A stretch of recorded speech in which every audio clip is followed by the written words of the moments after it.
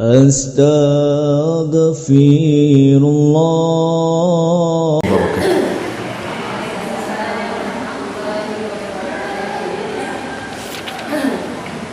Alhamdulillah wassalatu wassalamu ala rasulillah wa ala alihi wa sahbihi wa mawalah wa la hawla wa la quwata illa billahi wa ba'd.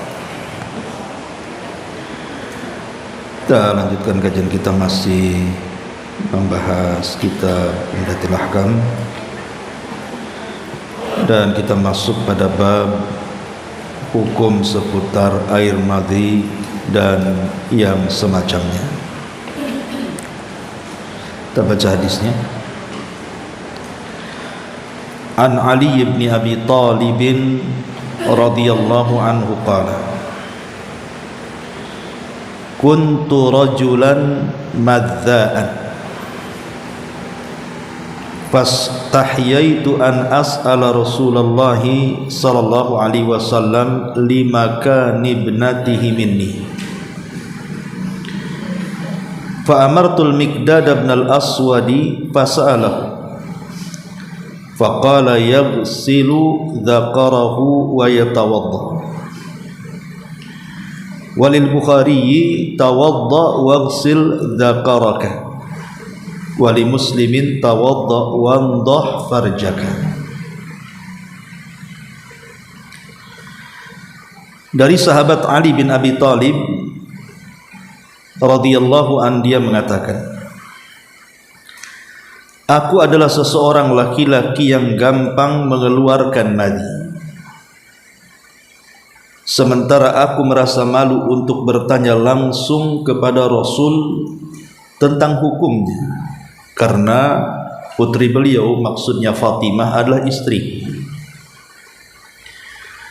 Lalu aku menyuruh Al-Miqdad ibn Aswad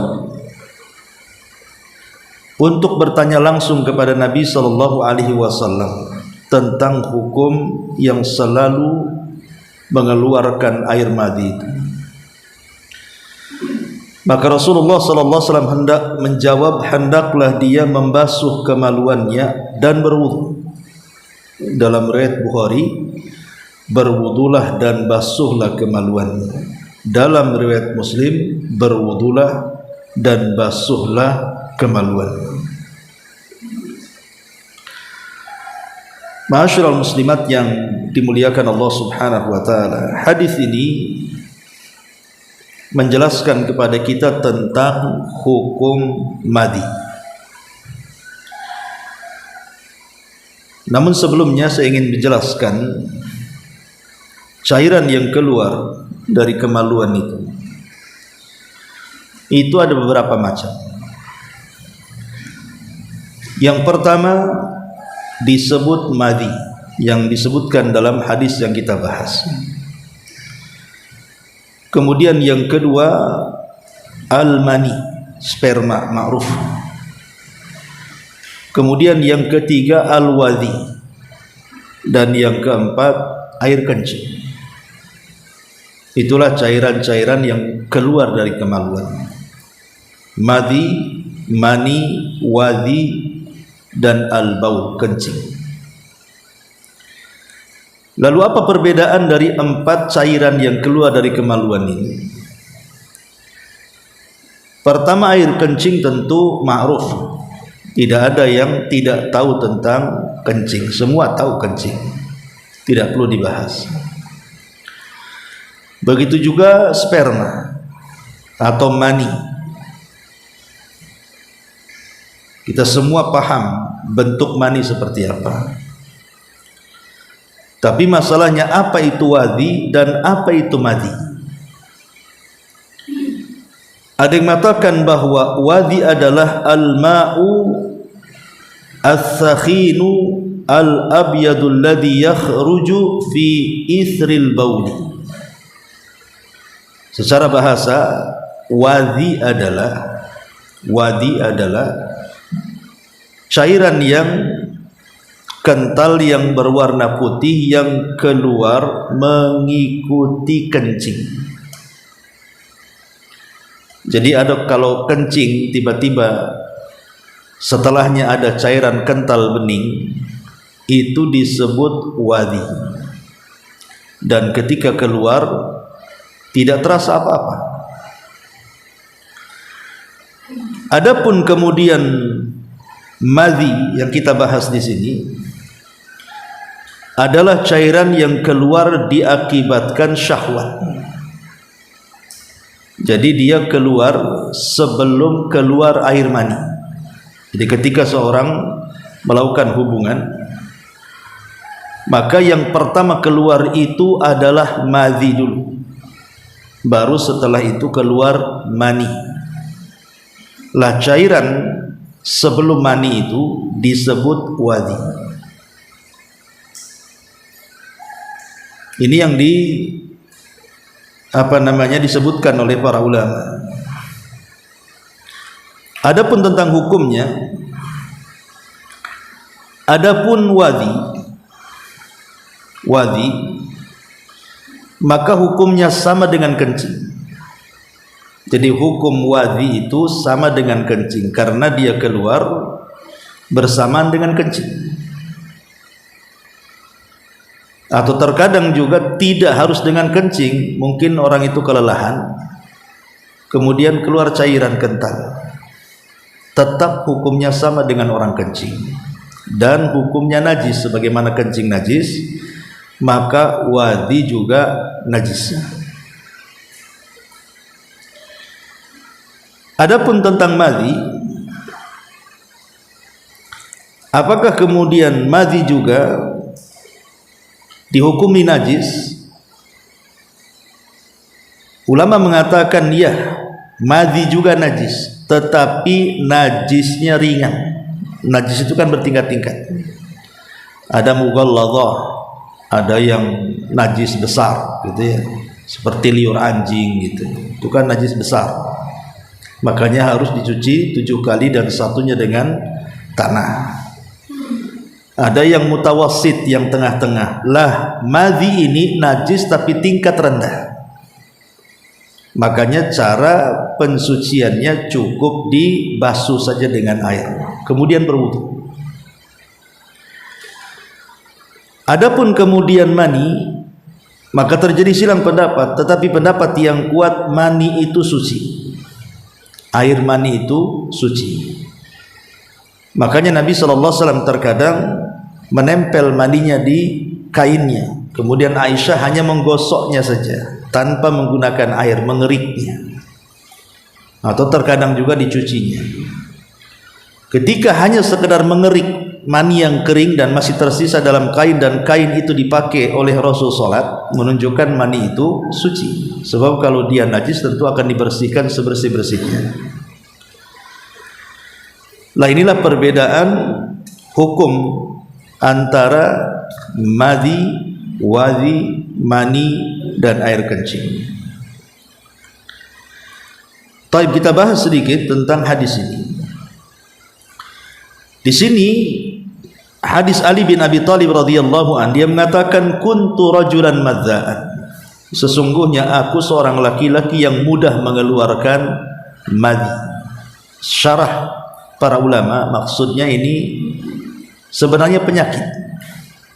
Jadi Ali itu punya penyakit suka mengeluarkan atau mudah mengeluarkan madhi. Dan madhi itu keluar karena ada rangsangan syahwat. Lah karena memang makna madhi itu kan orangnya mudah bersyahwat, kesannya kan seperti itu, padahal Ali itu sedang sakit. Dia punya penyakit seperti itu, sehingga dia malu kalau bertanya kepada Nabi Sallallahu Alaihi Wasallam. Apalagi Ali kan juga pernah berniat untuk berpoligami, tetapi masalahnya dia niat poligami itu dengan salah satu putri daripada Abu Jahal. Makanya Rasul tidak setuju. Karena bagaimanapun Nabi SAW melarang Ali untuk berpoligami dengan putri Abu Jahal itu karena tidak mau putri dia satu atap dengan putri musuh Allah. Itu alasannya. Tapi sejak Nabi SAW melarang berpoligami dengan putri Abu Jahal, padahal jelas alasannya, sampai Rasul mengatakan siapa yang menyakiti Fatimah sama dengan menyakiti aku. Kemudian Rasul menyebutkan alasan karena tidak mau putrinya satu atap dengan putri musuh Allah. Sejak itu Ali tidak pernah berpoligami sampai Fatimah meninggal. Baru menikahi putri daripada Zainab, namanya Umamah, ya, tapi tidak punya anak juga. Akhirnya kemudian Ali menikah lagi dan menikah lagi. Jadi poligamanya Ali itu sama dengan Nabi. Jadi ketika Khadijah masih hidup kan Rasul tidak berpoligami. Setelah Khadijah meninggal baru berpoligami. Lah Ali juga sama, ketika Fatimah masih hidup dia tidak berpoligami. Dan ketika Fatimah sebelum wafat berwasiat agar Ali menikahi Umamah. Umamah itu putri daripada Zainab. Zainab putri Nabi juga, tapi tidak punya anak. Sampai Ali meninggal pun dia menikah lagi dan tidak punya anak juga.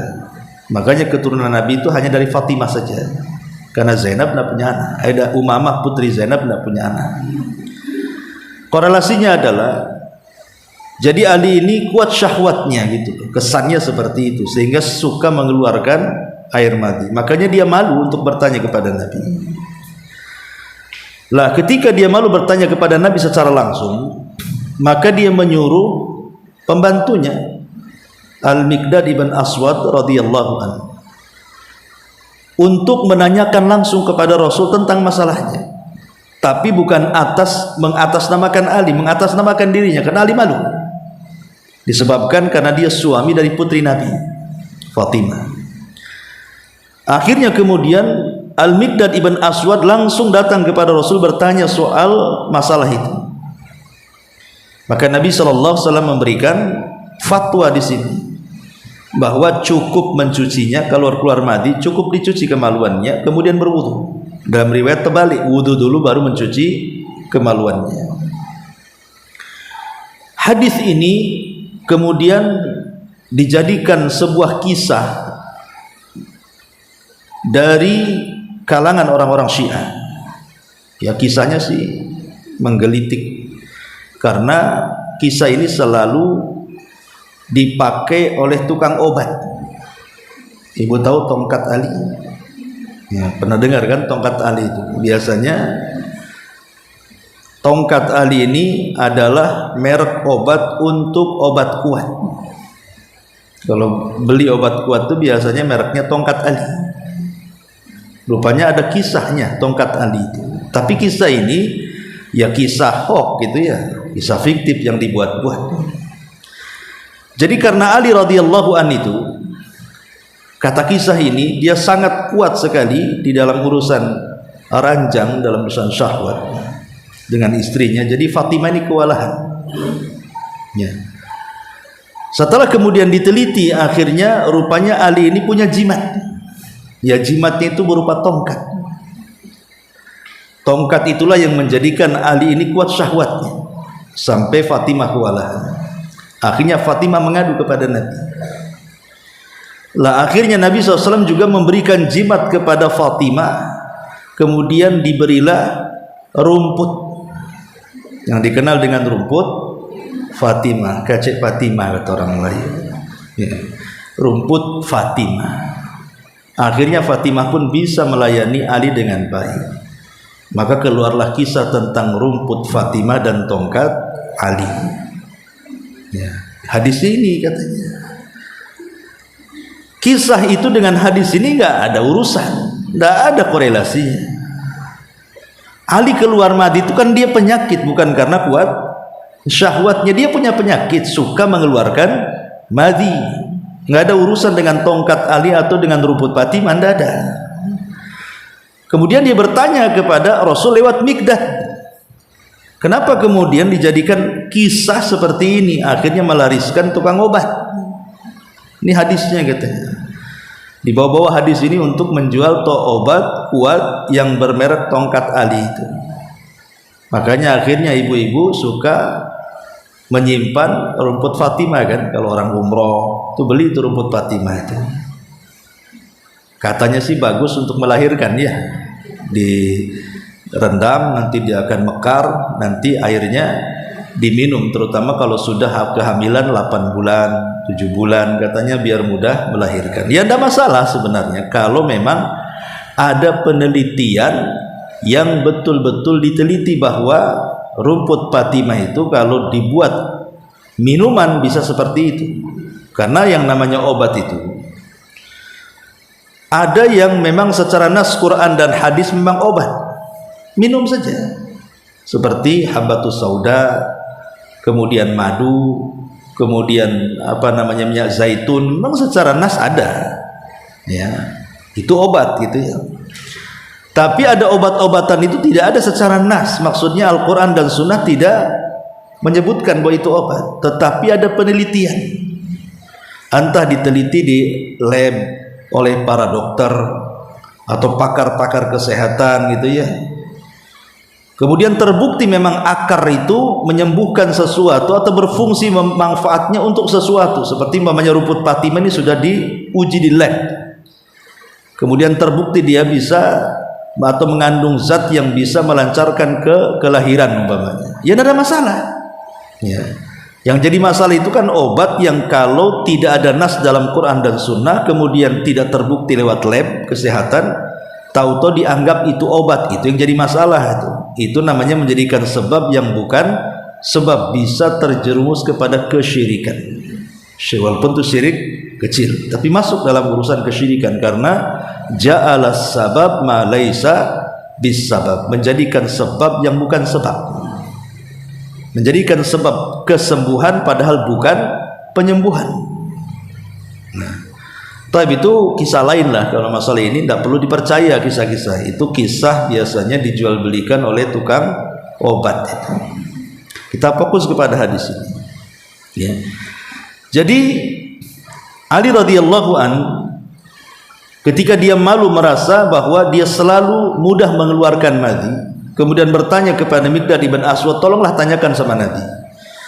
Maka Rasul memberikan fatwa cukup mencuci kemaluannya dan berwudu, atau berwudu dan mencuci kemaluannya.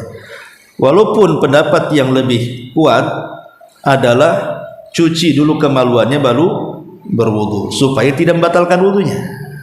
Sebab kalau seandainya mencuci dulu kemaluannya,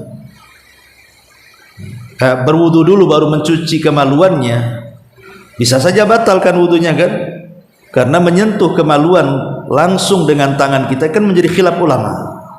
Ada yang mengatakan batal secara mutlak, ada yang mengatakan tidak batal secara mutlak, ada yang memerinci seperti Syekhul Islam Ibnu Taimiyah mengatakan kalau memegangnya dengan syahwat batal, kalau memegang tidak syahwat tidak batal. Maka sebaiknya cuci dulu baru wudu, sebagaimana hadis di sini. Walaupun boleh kebalikannya, namanya mencucinya pakai sapu tangan atau pakai kain, tidak bersentuhan secara langsung gitu ya. Tapi dari hadis ini bisa kita ambil banyak faedah. Pertama, bahwa keluarnya madhi itu bisa membatalkan wudu. Keluarnya madhi itu bisa membatalkan wudu. Dan kalau seandainya seseorang itu mengeluarkan madhi dan dia sedang berhubungan suami istri, walaupun umpamanya tidak mengeluarkan mani, umpamanya seseorang melakukan hubungan, baru saja melakukan hubungan ada tamu, kemudian berhenti, tapi kan sudah keluar cairan madhi itu namanya, tetap wajib mandi. Kenapa? Bukan masalah keluar atau tidaknya cairan. Walaupun tidak keluar air madhi, kalau sudah berjumpa 4 cabang, artinya tangan dengan tangan, kaki dengan kaki, dan kemudian sudah saling menyentuh, maka wajabalahul ghuslu, tetap wajib mandi. Apalagi sampai keluar madhi, tidak keluar saja wajib mandi kalau sudah berjumpa ya. Walaupun hanya sesaat, karena itu hadisnya seperti itu. Apalagi sampai keluar madhi. Tetapi tentu madhi dengan mani beda kan gitu. Kalau madhi itu dia najis, kalau mani itu suci. Tapi kalau seandainya seseorang itu melakukan hubungan sampai mengeluarkan air mani, maka madhinya itu tidak ikut di situ karena sudah tercampur kan. Jadi madinya kan sudah tercampur dengan mani sehingga tidak najis lagi, gitu maksudnya. Umpamanya ada mani yang menempel di sarung ya, ataupun di celana atau di baju gitu ya, maka tidak najis. Lah padahal kan sebelum keluar mani kan mandi dulu kan, otomatis kan tercampur di situ kan. Lah kalau tercampur seperti ini, maka yang dihukumi adalah maninya, bukan madinya. Tapi kalau terpisah, belum mengeluarkan mani sudah mengeluarkan madi, kemudian tidak mengeluarkan mani sama sekali tapi madinya keluar, maka itu dianggap najis. Maka kewajiban dia adalah cuci kemaluannya kemudian berwudu berdasarkan hadis ini. Ya. Ini yang pertama, bahwa air madi itu membatalkan wudu. Kemudian yang kedua, wa annahu la yujibu ghuslan, tetapi walaupun dia membatalkan wudu tapi tidak mewajibkan mandi. Dia hanya wudu saja tapi tidak mewajibkan mandi, kecuali kalau tadi seseorang berhubungan ya, kemudian keluar madi tapi tidak keluar mani, bukan masalah keluar maninya tidak, karena sudah bersentuhan kemaluannya, itulah yang menjadikan wajibnya mandi ya. Tapi kalau keluarnya bukan karena hubungan, umpamanya seseorang menghayal dia melakukan hubungan ya, ataupun bermimpi melakukan hubungan, ketika dia bangun tak nampak pula maninya tapi ada cairan kental, berarti sudah mengeluarkan madi, maka harus dicuci kemudian berwudu. Itu kewajibannya dan tidak wajib mandi. Kemudian yang ketiga, wa annal madhi najasun, madhi itu hukumnya najis, madhi itu hukumnya najis.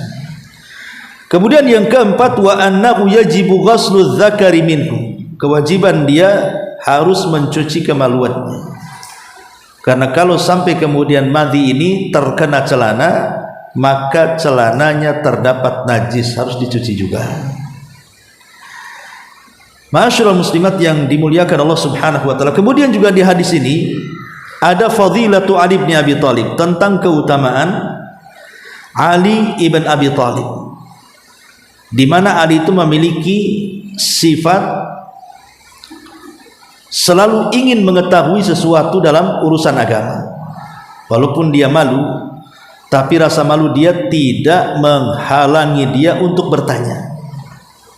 Dari sini menunjukkan bahwa Ali itu sangat semangat untuk mencari pengetahuan soal agama, tentang hukum-hukum ini boleh, ini tidak. Dia terus bertanya kepada Nabi SAW, baik secara langsung ataupun tidak langsung, tapi lewat orang, seperti lewat Miqdad ibn Aswad yang disebutkan dalam hadis ini. Dan dibolehkan mewakilkan orang untuk bertanya, seperti ibu sering nanya, Ustadz ada pertanyaan titipan, boleh kita ini bertanya kemudian ada titipan. Kemudian juga tentang faedahnya adalah jawazu ikhbaril insan an nafsihi bima yastahi minhu lil maslahati, bolehnya seseorang menghabarkan tentang dirinya. Ini bukan aib, ini bukan aib kan. Kan Ali kan seolah-olah kan menceritakan dirinya kan, aib dia kepada Miqdad, saya ini suka mengeluarkan sperma, kan otomatis kan membicarakan diri sendiri kan, yang sifatnya rahasia itu sebenarnya kan.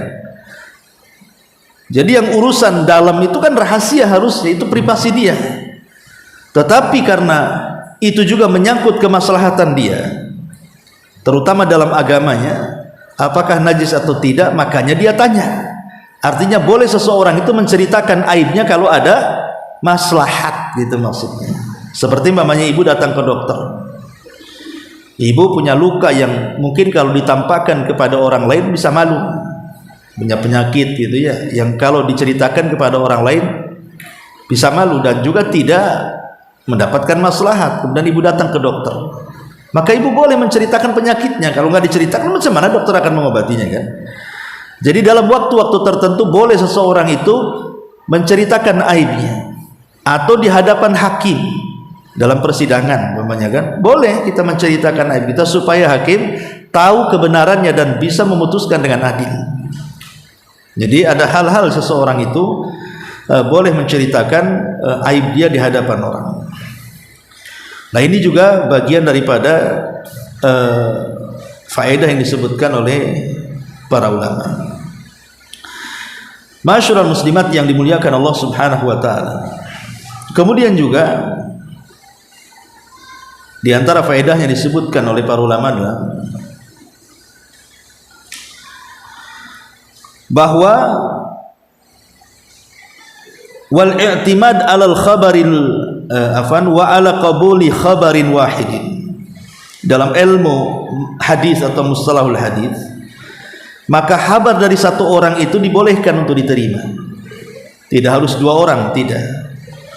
Karena ini kan dari Ali, Miqdad dan Nabi sallallahu alaihi wasallam satu-satu kan itu. Termasuk juga dalam hadis ini yu'khad minal hadis ma kana alaihi as-sahabatu min hifdhi hurmatin Nabi sallallahu alaihi wasallam wa tawqiri. Jadi hadis ini juga diambil pelajaran tentang bagaimana sahabat Nabi SAW senantiasa menjaga kemuliaan Nabi SAW dan menghormati Nabi. Jadi ada apa-apa itu mesti bertanya sama Nabi. Itu menunjukkan apa? Kehormatan. Pamannya di pengajian ini nih ada tokohnya lah, siapa, Ummu siapa. Pokoknya kalau ada masalah, Ummu itu harus tahu. Jangan bergerak sendiri. Dan itu berarti kan ketika kemudian ibu mengatakan, oh pimpinan kita harus tahu, berarti kita menghormatinya. Tidak bergerak sendiri di luar sepengetahuan pimpinannya atau penggeraknya. Ya. Karena lihat para sahabat, kalau ada muskilah kecil ataupun besar langsung ditanyakan kepada Rasul. Baik ditanya secara langsung ataupun lewat orang lain. Dan ini menunjukkan para sahabat itu sangat memuliakan Nabi sallallahu alaihi wasallam. Kemudian juga di sini ada husnul usyrah. Bagaimana Ali radhiyallahu anhu itu masih berusaha untuk berbuat baik kepada keluarga. Karena dia menganggap kepada Miqdad ibn Aswad, kenapa dia malu untuk bertanya kepada Rasul? Karena melihat Fatimah. Ya, melihat Fatimah dia istriku, maka dia agak segan dengan Rasul. Itu menunjukkan husnul usyrah. Nah, harusnya ini diterapkan dalam rumah tangga siapapun. Ya, umpamanya seseorang itu ibu lagi marah gitu sama suami. Tiba-tiba orang tua suami kebetulan datang di rumah. Lah ibu harus menghargai orang tuanya kan. Sehingga tidak langsung memarahi suami walaupun dia salah. Ya. Kenapa ibu tidak memarahi? Bukan karena ibu tak mau marah, tidak. Karena ada orang tuanya di situ, menghargai orang tuanya kan itu ya. Nah, seperti itu. Jadi ini juga di antara faedah hadis ini. Kemudian juga di antara faedah ini adalah isti'malul haya ma adami tafrid fil ilmi. Boleh seseorang itu merasa malu, tetapi jangan sampai kemudian seseorang itu melalaikan untuk talabul ilmi. Malu boleh, ya, tapi jangan sampai kemudian menghalangi orang untuk menuntut ilmu. Ali malu, tapi tidak menghalangi untuk belajar, tetap bertanya kepada Rasul lewat Miqdad.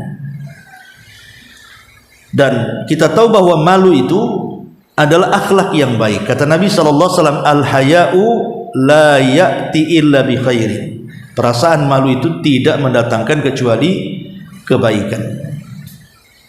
Dan perasaan malu itulah yang kemudian mengangkat derajat Utsman ibn Affan. Jadi ketika Rasul sedang duduk, betisnya nampak. Abu Bakar masuk, betisnya nampak. Umar masuk, betisnya nampak. Utsman masuk, Rasul langsung menutup betisnya. Padahal Abu Bakar dan Umar kan lebih mulia dibandingkan Utsman kan. Tapi ketika Abu Bakar masuk, dibiarkan betisnya tersingkap. Umar juga masuk, dibiarkan. Ketika Utsman masuk, Rasul langsung menutup tuh betisnya. Jadi Aisyah radhiyallahu anha heran dengan kelakuan Nabi. Kok bisa? Kok bapaknya masuk dibiarkan tuh betisnya, Umar masuk dibiarkan, giliran Utsman masuk ditutup pula betisnya. Jadi ketika Aisyah bertanya kepada Nabi SAW, apa jawaban Rasul? Aisyah, tidakkah kau tahu Utsman? Dia adalah seorang laki-laki yang bukan hanya manusia malu kepadanya, tapi malaikat juga malu kepadanya karena dia memiliki sifat pemalu yang luar biasa. Tapi sekali lagi bahwa perasaan malu yang tidak mendatangkan kecuali kebaikan adalah bukan perasaan malu yang kemudian menghalangi dia dari kebaikan. Ayo ngaji malu, itu nggak bagus malu kayak gitu. Ayolah ngaji malu saya baru pertama kali, nggak gitu. Ibu ndak paham, nggak mau tanya, kenapa kau tanya malu sama ustadznya? Nah, itu namanya malu tidak mendatangkan kebaikan karena selamanya akhirnya nggak tahu kan. Ayo silaturahim, malu, udah lama nggak ke situ. Nah, akhirnya tak silaturahim sampai kiamat jadinya. Karena itu alasannya kan. Jadi bukan itu yang dimaksud malu yang sangat mulia itu, tapi malu itu maksudnya tidak mendatangkan kebaikan, malu yang mendatangkan maslahat. Nah, ini juga diantara faedah daripada hadis ini.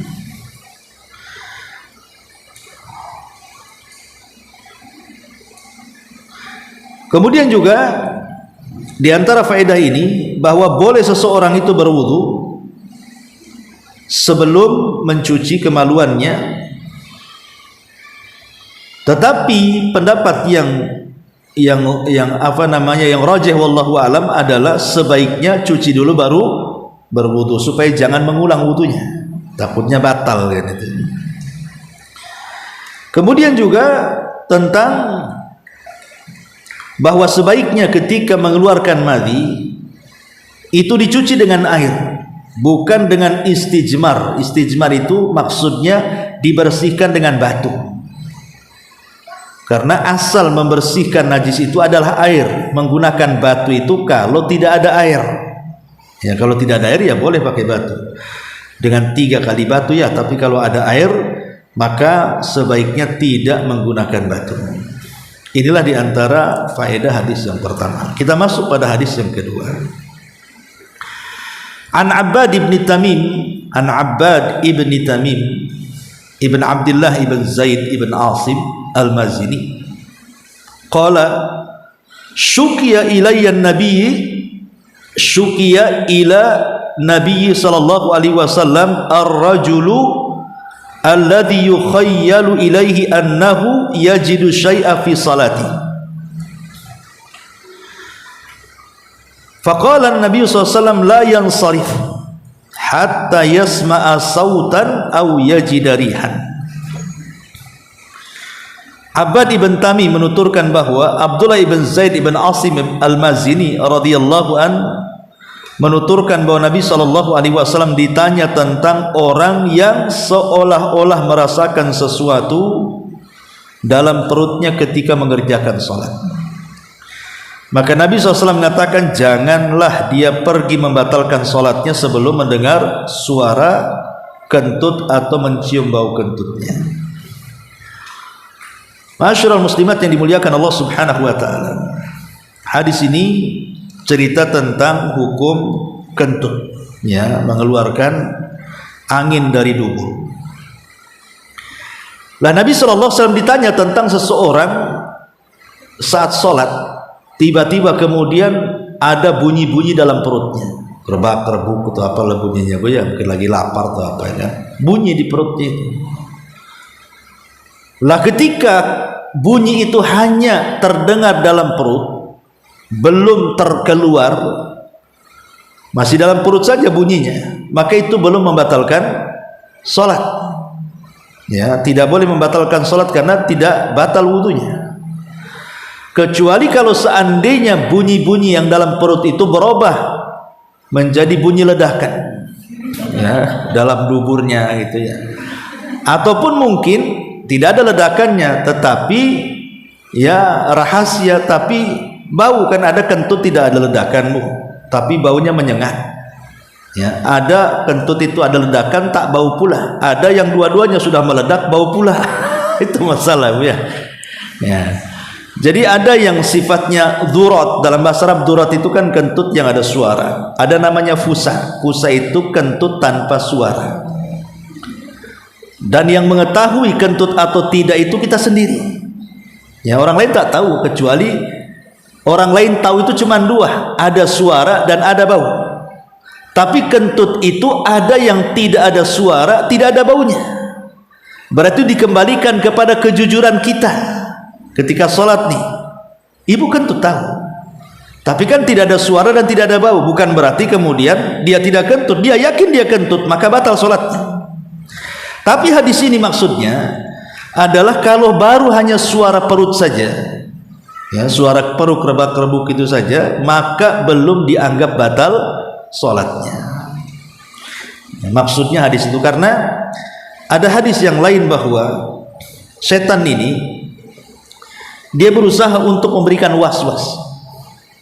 Jadi kenapa kemudian salah satu bentuk was-was yang diberikan kepada orang sholat itu sengaja dia membuat bunyi-bunyi dalam perut, entah karena lapar, entah karena apa kan, pokoknya keluar bunyi lah. Jadi itu semua datang dari setan. Makanya kata Nabi SAW, la yansarif, jangan keluar dari sholatmu, karena itu hanya was-was saja. Kecuali kalau tadi jelas gitu ya, keluar kentutnya itu udah nggak was-was lagi, memang betul kentut kan. Ini kan sama sekali ibu nggak kentut, cuman ada suara bunyi-bunyi dalam perut saja. Ini namanya was-was. Karena ada setan itu namanya walhan, itu berusaha untuk masuk ke pikiran. Kemudian dia akan mengingatkan sesuatu yang ketika sebelum sholat ibu tidak ingat, ketika sholat ingat pula. Naruh dompet, ketika belum sholat pusing nih dompet ditaruh di mana. Ketika sholat astagfirullahaladzim, ada tadi saya itu di atas lemari. Padahal ada setan itu tugasnya memang untuk mengacau kehusuan sehingga memberitahu barang hilang yang sebelum sholat ibu tak dapati itu barang hilang. Ketika sholat kedapatan pula tuh. Diberikan bisikan oleh setan itu, kamu tadi naruh di lemari. Itu pula ketika sholat dibisikin seperti itu. Ketika belum sholat tak ada bisik-bisik pula kan. Sengaja setan itu untuk mengacau konsentrasi sholat. Atau kalau dia tidak berhasil, setan ini kalau tidak berhasil memberikan was-was di kepalanya, memberitahu barang yang sebelum sholat dia cari tidak tahu, ketika sholat dikasih tahu, maka dia akan masuk ke perut ibu, kemudian akan membuat bunyi-bunyi di sini.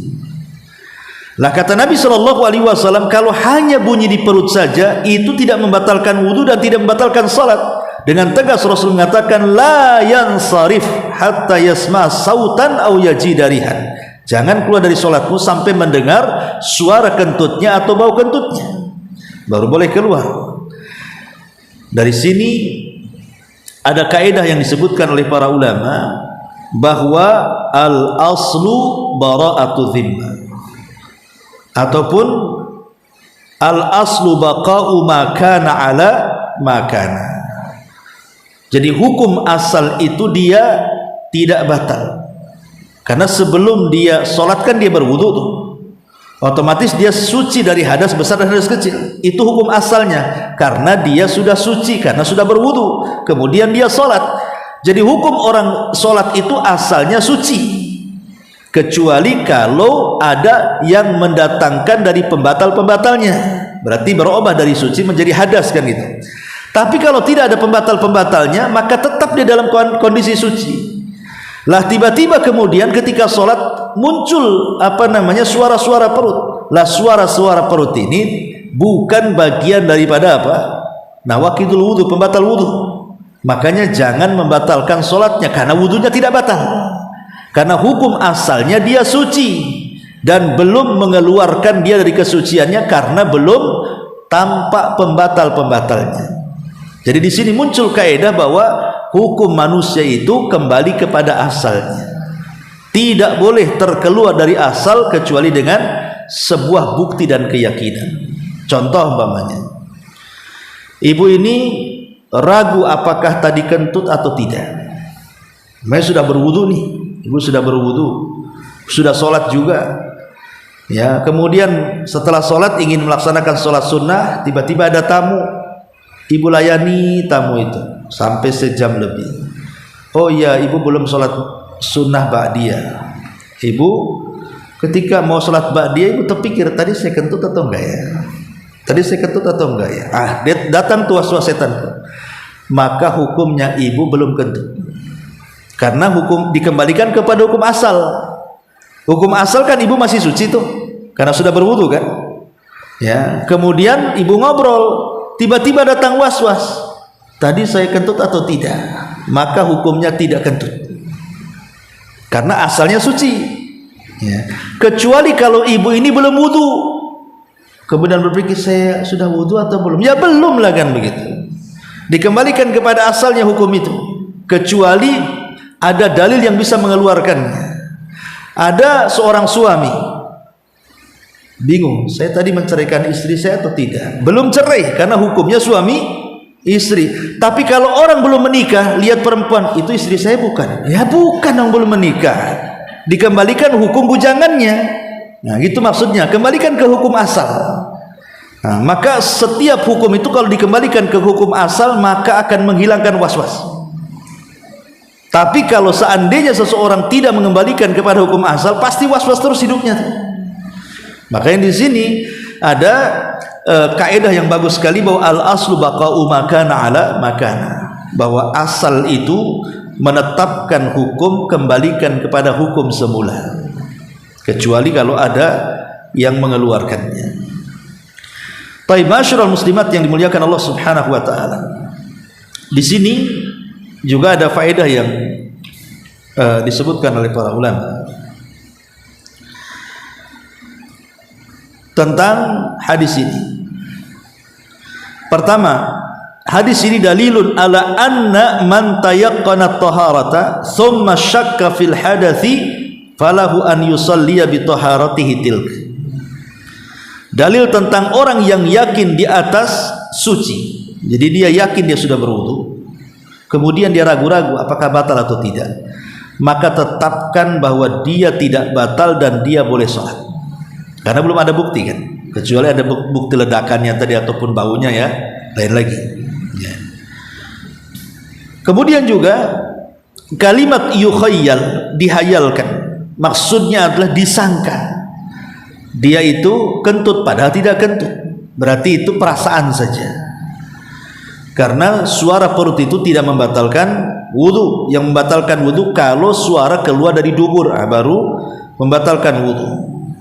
Lah saat kondisi seperti ini maksudnya la yansarif min salatihi, jangan keluar dari salatnya hanya karena sebuah was-was.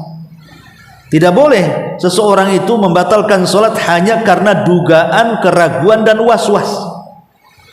Harus yakin, sebagaimana ibu pertama kali sholat yakin, ibu wudu kemudian sholat, kan ibu yakin bahwa ibu itu sedang sholat di atas wudu, itu yakinnya.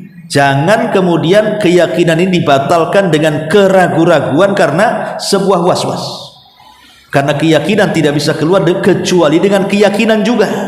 Dia yakin sudah wudu tapi yakin juga kentut, bisa dia membatalkan wudu karena dia yakin juga kentut walaupun dia yakin wudu. Tapi kalau dia yakin wudu tapi tidak yakin kentut, maka tidak bisa membatalkan wudu, karena tidak bisa membatalkan sebuah keyakinan kecuali dengan keyakinan yang sama. Ragu-ragu itu tidak bisa membatalkan keyakinan. Nah ini juga diantara faedah hadis ini. Kemudian hadis ini juga faedahnya adalah hadzal hadis dalilun, hadis ini sebagai dalil adanya qaidatu mujma' alaiha, sebuah kaidah yang sangat disepakati para ulama. Al yaqinu la yazulu bisyak, keyakinan tidak bisa dihilangkan dengan keraguan. Kemudian juga wa anna kulla mashkukin fihi yuj'al kal ma'dumil ladhi yuhramu bi adamihi atau yujzamu bi adamihi, bahwa sesuatu yang diragu-ragukan maka sama saja dengan ketidakadaannya. Jadi ibu ragu-ragu kentut atau tidak, maka sama dengan tidak kentut, itu maksudnya. Ya, sesuatu yang diragukan itu sama dengan tidak ada. Makanya jangan kemudian pusing dengan masalah was-was, karena was-was itu dari syaitan. Setan itu berusaha menghilangkan khusyuk sebenarnya. Jadi setan itu dalam ibadah apapun dia berusaha untuk menghilangkan kekhusyuan. Inilah diantara penjelasan singkat dari hadis yang kedua. Wallahu a'lam. Saya minta maaf ya tidak ada tanya jawab karena saya harus ini ada